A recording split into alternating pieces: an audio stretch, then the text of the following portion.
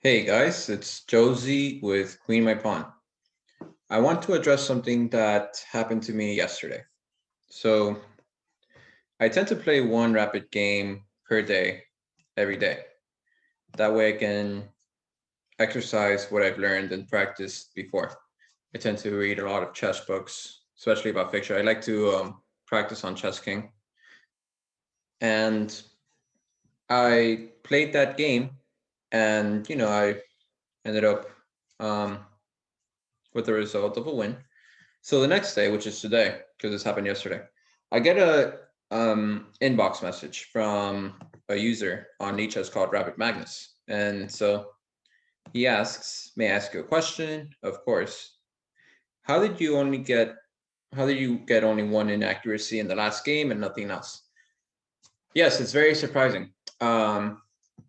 You can read the whole basically response that I have here, but I'm actually going to go over the game right now, this point of this video. So you can always pause the video and read it for yourself. You can't watch YouTube, unfortunately, but I'm still going to respond to his question. So after the game, I saw that I had actually I had no mistakes or blunders, and I only had one inaccuracy. And it turns out that inaccuracy was in this position. We're gonna go over it. So let's go ahead and start the game. I was worried about Lichess accusing me of cheating. Of course, that's perfectly normal with such accuracy. I don't know about the average centipon loss. Maybe that has something to do with it. I've never played such an accurate game in my life, but we're gonna get into how this was accomplished. So d4, d5. I used to play knight f6, but I got inconsistent results. I would get wins, then I would get losses, and I don't really know much theory about knight f6, to be honest. d5 to me is the safest because I get to challenge him in the center in the classical way. And that's how I learned chess, playing in the classical way. So c4, the queen's gambit. e6, the queen's gambit declined. e3, and in this position, lots of people play c5. It's the Tarrasch defense. The Tarrasch defense. I play knight f6 though. I don't know what I want to do with my c-pawn just yet. You play 3, of course, putting more tension on more tension on d5. In positions like this, bishop e7 is a normal move, but he's putting tension on d5, so I have to respond with c6. This is a semi-Slav. The bishop's still on c8, so it might be a bad piece until I break open the middle and it becomes active. So that's what I'm going to aim to do at this position. I know I had to play e5 at some point. Knight f3, bishop d6, a very normal move in the Slav. b3, I guess he wants to play bishop d3 maybe next or something, because if I take on c4, he can take back with the pawn, I guess. But I'm not really going to take that pawn at all. I'm going to maintain the strong point on d5. Knight b7. I'm just preparing e5. Bishop b2. I could play e5 right away, but I don't like that with the king in the middle. So let me just castle first. And then bishop e2. Now I can play e5. He hasn't done anything about the center. It's been kind of passive with regards to his play. e5. It says it's an inaccuracy. I don't know, maybe it is. I think it's the best move in the position. Maybe an engine thinks it's not, but I think it's the best move. It likes b6 and bishop b7. Maybe it is better because e5 is not really contested, but I feel way safer playing e5. I just feel way safer opening up the position. Maybe I'm wrong, but I think that's the best move. D takes e5, knight takes e5, pawn takes, c takes d5, and c takes c5. Obviously, he castled, and not knight takes c5, knight takes c5, queen takes c5, bishop b4 with a discovered attack on the queen, winning. So he noticed that tactic, and now I play knight takes f3. However, turns out that this is the best move, I think. But I actually thought I made a mistake. I thought that I was losing. I miscalculated that maybe he could have won a pawn or something. But here's the point. Like if, for example, bishop d6, um, bishop e6, then I mean I can move the pieces. I'll move the pieces. Bishop e6, but try to follow along without moving the pieces first. Bishop e6, knight takes d5, and knight takes d5, and in that position, I thought I was actually losing a pawn after knight takes e5 and bishop takes e5. Bishop takes e5. Actually, I think that's I thought I was losing a pawn there, but it turns out that this is the position which I'm talking about. In case you weren't able to see it, I thought I was losing a pawn. So I play knight f3. Turns out that after knight takes d5, I simply had knight takes f3, bishop takes f3, knight takes d5, bishop takes d5, bishop takes e5, queen takes d5, and bishop takes h2, again with the discovered attack, but simply just knight b5. So I got really lucky that I miscalculated. And after knight b to d4, he has a good grip on the middle. I don't know, I got lucky there. So knight takes f3, bishop takes f3.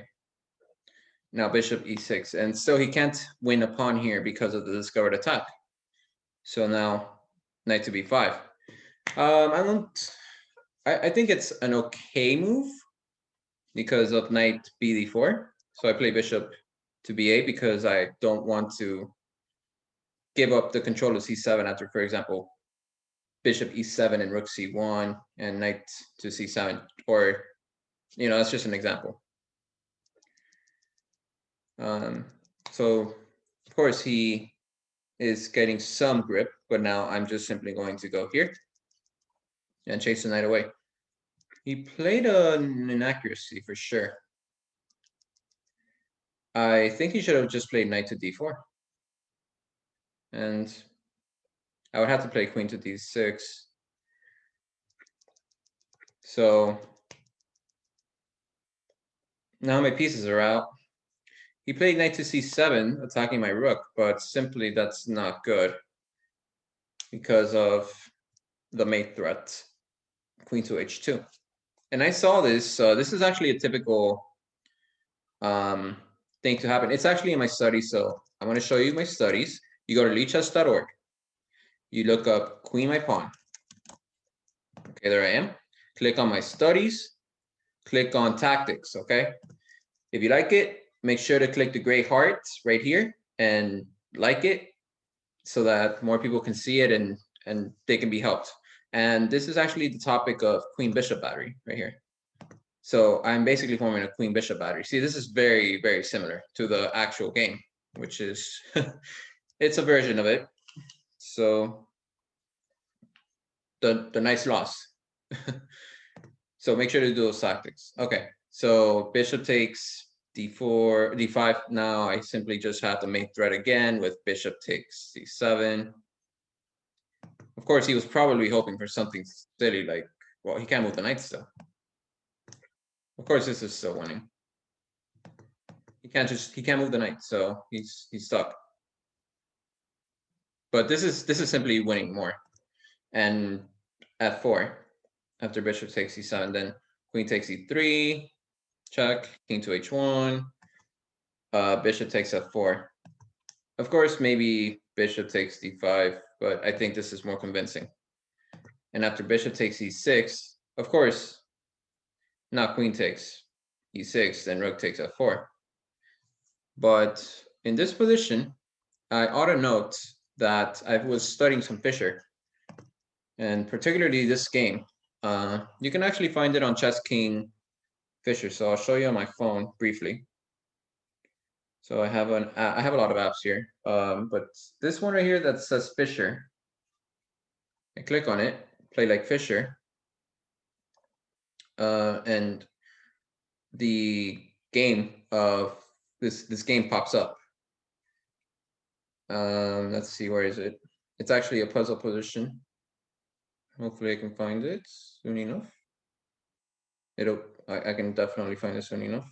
Yeah, right here. So that's the position. It's basically the same thing, as you can see. You can compare and contrast. It's the same thing. So I did that earlier in the day. And what I learned is that after f takes e5, rook takes c5. I mean, f takes sorry, e takes f6, rook takes f6, pawn takes f6. Let me start over. Sorry about that.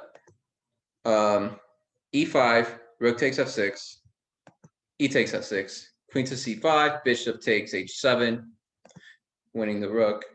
Queen to g5, bishop takes g8, queen to f7, rook to f1, queen takes g7, bishop takes f7. In this position, actually, you can see that Fisher ended up winning with 2 rooks and a bishop against a queen and a bishop. Now imagine my surprise when I could do the same thing after queen takes c1. And now he played queen to f3, thinking he's going to win some material back. But just take the rook, just like in the Fisher game, and then queen takes f1. And now I can just take the bishop. So, and normally, white should have a bishop, but white doesn't have a bishop. So this is technically won at this point. And as long as I don't drop anything, it's a 1 game. And turns out I ended up making the best moves. I've been studying a lot of endgames too. And in those chess king studies with the endgames, they teach you good calculation skills. So I learned not to drop anything. And I've seen some Magnus Carlsen games where when he ends up getting a technically won position, he brings all the pieces back. So we'll see.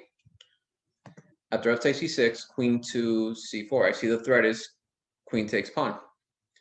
I see maybe rook to c8 threatening mate, but then after queen takes e6, king to h8, g3 attacking my bishop. I didn't see anything concrete, so I simply just defended the pawn. And when you prevent what your opponent's doing, they're going to choke to death. Rook a8, g3, bishop to b8, king to g2. That king's not getting anywhere. King to h8. I don't think I made the best moves at this point, and I'll talk about that in a minute. Queen to e4. He's attacking my b pawn, so rook to f7. Queen to d4. At this point, I'm obviously not going to push this pawn because it's supporting the a6 pawn, and I can't let him get any passers. e5, queen to e4, blocking. Now, a simple strategy might have been something like rook to d7 and rook to d4. I think I moved the wrong rook here. Huh. No, that's not the right rook to move. Let's see what the engine says. It says bishop a7. I would have moved this rook, but it drops my advantage down a lot. I guess I got lucky again. I would have simply gone with that. Oh, I can't. I remember now. I didn't do that because this rook is protecting b7, so it's pointless to move that rook. And also that rook is preventing that king from getting towards the middle, so yeah. So rook to d8. Queen to b4. Rook f d7. I think a simpler strategy would have been to double the rooks up after in this position. I would play bishop a7, bishop to d4,